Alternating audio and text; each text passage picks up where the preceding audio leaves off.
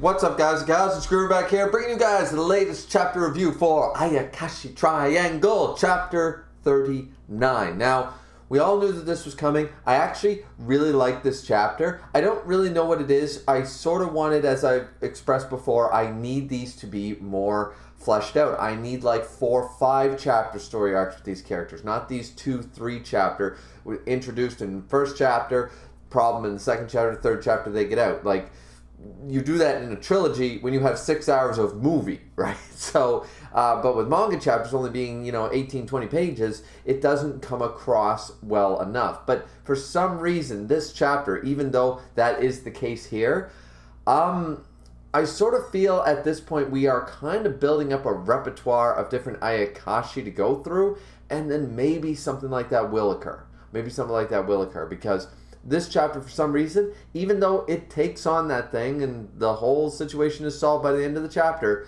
I really just like this chapter.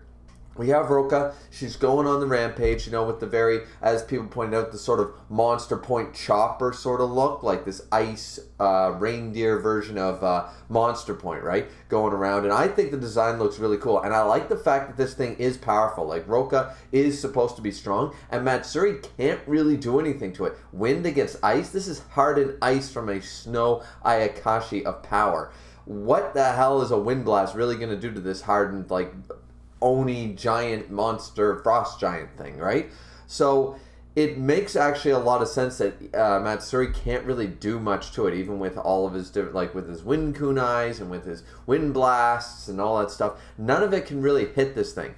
And then, so he continues to try, but it's just not doing anything. This is where Suzu decides, I need to help out too. At the end of the last chapter, we also know that and stuff. And Shirogane sort of has his doubt. Shirogane basically goes on an explanation thing about stuff. But at the end of the day, they realize that this is similar to, like, it might have a big hulking humanoid body, but it's still a reindeer. At the end of the day, it's just got tiny little hooves keeping it afloat. It's got tiny little legs, sort of the Kaido leg day thing that was going on in One Piece sort of thing with the big... this reindeer monster ice golem, he skipped leg day. So their idea is we've got to go for the legs. And Matsuri says, like, that's all fine and good. That's a good strategy. Shirogane agrees that's a good strategy. But at the end of the day, he wasn't able to do any damage with a wind kunai or anything anyways. So it doesn't matter if they find, like, a weaker point or a more brittle point. He can't break it. So what's going to happen? Now, this is where, even though it seems nice in theory, right? Like, this idea, I'm glad it worked. It makes sense that it would work. We go with the grandpa's pop gun method. Now, this is all fine and good because it's a memory thing, a reference only I would understand, and boom, boom, boom, they go wind and origami. She fires up an origami with, with her Haku and stuff like that. Suzu does, and then Matsuri, of course, uses the wind power to propel it and blast it like a bullet, a pop gun method, right? Like, bang, bang, that makes total sense, and it does work. It does take down the, or it doesn't take down the ice golem, but it does, take out one foot, so he falls, and then they're able to climb on top of him.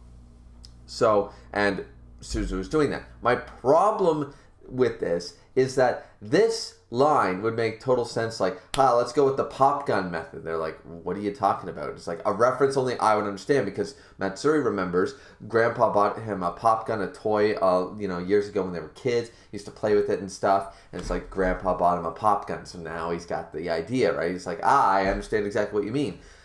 Fine, dandy, but unnecessary.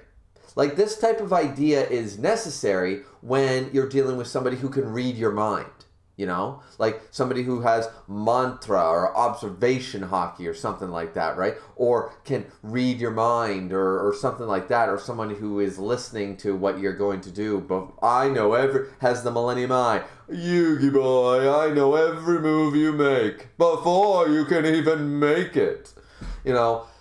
Okay. But Roka and the Ice Oni do not read minds, do not have observation hockey, and do not have a Millennium item, as far as I'm aware. So, the whole idea of them doing this is fine, but unnecessary. She could have literally said, hey, why don't you use the wind to fire this thing? Roka's upset and just going on a rampage right now. She's not paying attention. This Ice Oni thing is just going through. This ice golem is just wandering through, smacking shit and breaking buildings. I really doubt they care what these guys are scheming and what they're coming up with. He didn't seem to really need to dodge before, so it just feels unnecessary. Like, a reference only I would get. Shirogane doesn't understand. It's like, yeah, but that doesn't matter. Like, correct me if I'm wrong. Am I missing something here? Like, I understand the strategy. It's been done in manga multiple times, you know? It's done in Full Metal Alchemist when it came to the Envy fight. It was done in, what's the other one? It was done in Toriko with the zebra thing. It was done in, it was done, once again, with the Mind Shuffle in Yu-Gi-Oh! It's been done many times in manga and fiction, but it only works if it's relevant to the fight. It just doesn't feel relevant here, so I found it kind of weird. Like, she could have literally just said, hey, why don't you, origami up my Haku creature origami thingy, and why don't you blast it like a bullet at its leg? She could have said that. Like, there was no need for the secret, for the subtlety, right? At least I don't think so, but maybe I'm wrong. Let me know in the comment section down below. Now, after this gets taken down, she takes, as Shirogane recognizes, Suzu got, after observing how Roka moved using the snow and the ice around her, she uses the same idea, almost like a skating rink. She's using the origami on her feet so she doesn't slip, and she can sort of like rollerblade or skate, sort of all across the body, and like sort of like float, fly, jump, and do like more impressive stuff. And then so Matsuri continues to be her bodyguard, block the ice attacks, and yada yada yada. She gets to Roka. Now here's the thing, as I said, this is sort of the end of the chapter part, because this is sort of a one-off, but this makes total sense. Why did she show up here? Well, because she was in a picture book. That's where she dwelled. She dwelled in a specific picture book all about her. Sort of like having the Night Before Christmas book, and Santa Claus's Ayakashi spirit was inside it, right? Okay, fine, Danny, that makes sense, because, item possession, that's something Ayakashi yokai, it's a very common thing. And Roka happened to be in this particular picture book, and she loved it. She used to dwell in there because she was happy seeing the families enjoy her story over and over. She's a little kid. That's what she enjoyed. She enjoyed making people happy. It was Christmas time, yada, yada, yada. But then she got sold, and she was sold off, and now she doesn't know where she belongs anymore. She was sold to Japan. So now she doesn't know where she is. She's in a strange country. She didn't come here intentionally. I never even considered that when we were reading her story, when we were reading the last couple chapters. I didn't even consider that that's the real reason that she's here. It was just bad luck. She was part of a book and the book got sold. I mean, that makes total sense, actually. And then so she was in an unknown place with unknown spirits who were weary of her. She was weary of them. She was lost for a long time.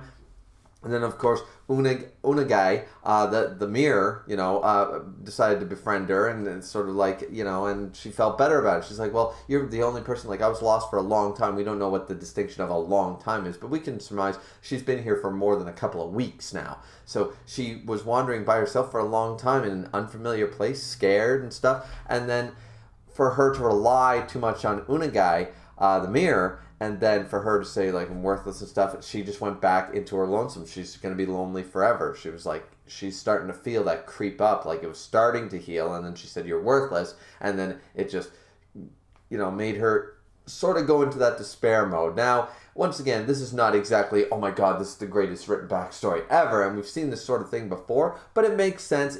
And it also is heartwarming that Suzu is there hugging her, feeling the warmth, for the snow, for the ice princess, feeling the warmth, just hugging her. It's okay now. When I was young, and she explains, like, when I was young and I was among the humans and I was here, without Matsuri, I would be like you, because they hated me too. I could see ghosts, I could see spirits, I could see Ayakashi, and that creeped people out. And we've seen that storyline. I mean, Shaman King does it, Jujutsu Kaisen does it, a lot of anime do that, a lot of manga do that storyline, but it's still, you know why they keep doing it? Because it works, it makes total sense. People are weary of things they don't understand. Humans are terrified and lash out when they don't understand something. Why do you think so many people are afraid of the dark? They can't see in the dark, so they get nervous, they get scared. It's just what happens. There's nothing in the dark, but they're scared because they don't know that, so it's the same concept here, and it's really actually quite nice, because Suzu actually brought along the mirror, of course, and says, you know, you have to treasure your friends, right? And so she apologizes to Roka and said, I shouldn't have said that. I'm so sorry. I didn't mean it. I was just lashing out and stuff. And so Roka, of course, you know, is very calm after this point, says thank you, and she just goes back to normal. And then they get out of the mirror. They get out of the mirror world, which, I mean, they don't return exactly in the most gentle of ways, and of course we need that ecchi level, you know, fan service going on. So Suzu is butt naked. Suzu is naked as fuck, and in a very compromising position with Matsuri here. So Unagai explains that you can't take mirror world clothes with you when you leave the mirror world.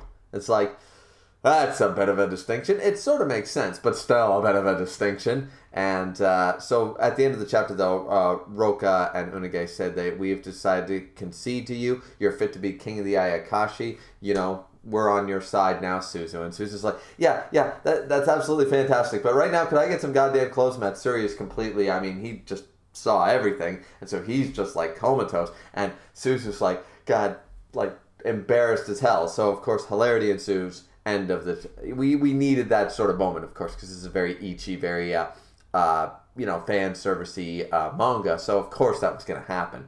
But we've come to expect that. That's part of the fun of Ayakashi Triangle, right? So, either way, I thought Chapter 39 was quite a fun time. I enjoyed...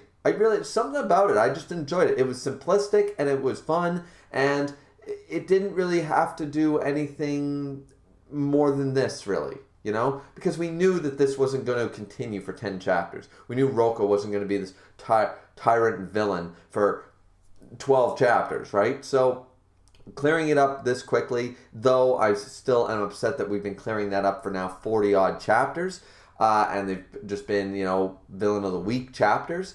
I feel like maybe this is sort of like season 1, and maybe we'll get into a more definitive storyline when we sort of collect enough characters, it seems. I'm not sure, but what do you guys think? Like, comment, and subscribe as always. As I said, I thought the chapter was pretty good. Hope you guys enjoyed your Easter. Don't forget to drink responsibly as always, even during the Easter holidays, and we'll see you back here next time. Peace out.